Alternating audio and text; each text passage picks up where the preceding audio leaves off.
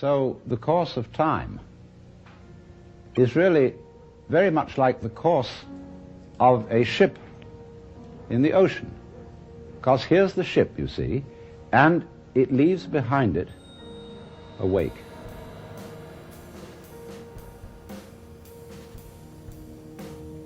And the wake fades out. And that tells us where the ship has been,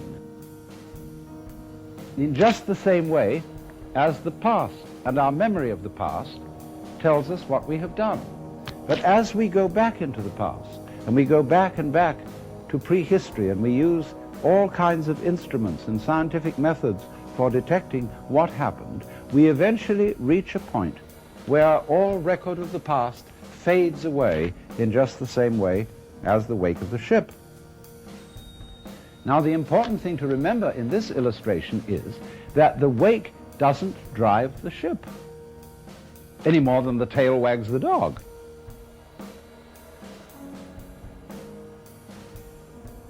Supposing there's a neurotic, difficult child, and one school of thought used to say, well, bang him about, beat him up, and maybe he'll change.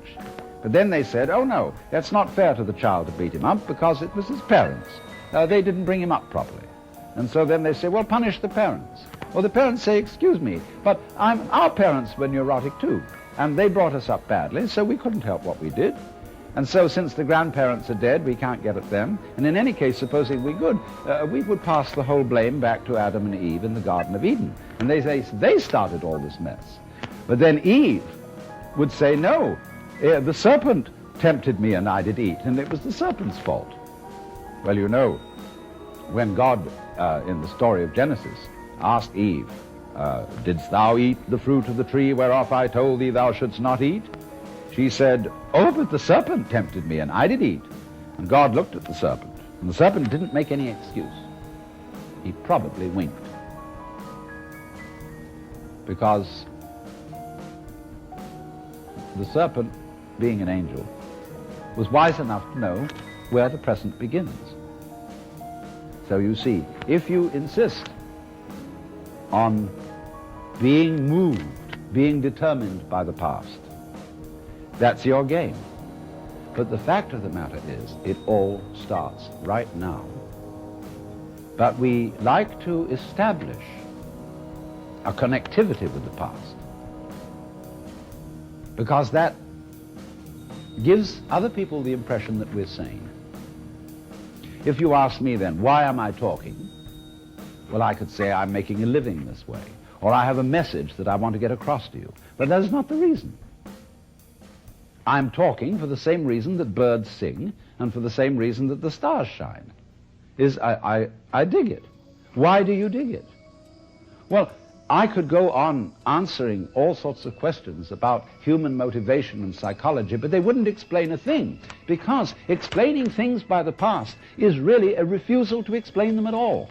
All you're doing is postponing the explanation. You're putting it back and back and back and back, and that explains nothing. What does explain things is the present. Why do you do it now? Now, this is a slight cheat, because that doesn't explain it either. Because what happens now, just as the sound comes out of silence, all this comes out of nowhere. This is in connection with what I explained to you in another talk about the power of nothingness. All life suddenly emerges out of space, bang, right now. And to ask again, why does it happen, is an unprofitable question, because the interesting thing is not why, but what.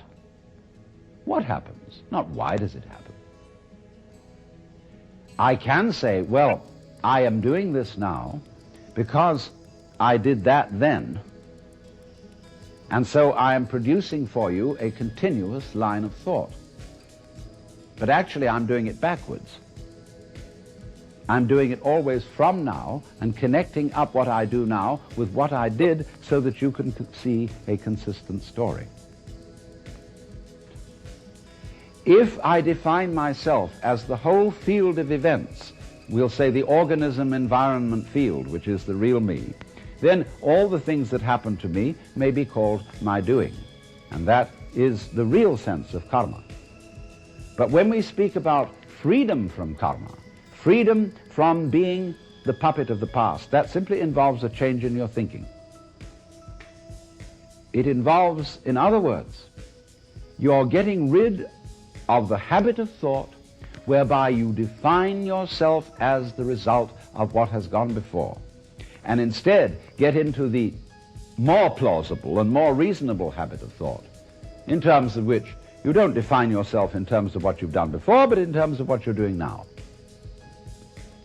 And that is liberation from the ridiculous situation of being a dog wagged by its tail.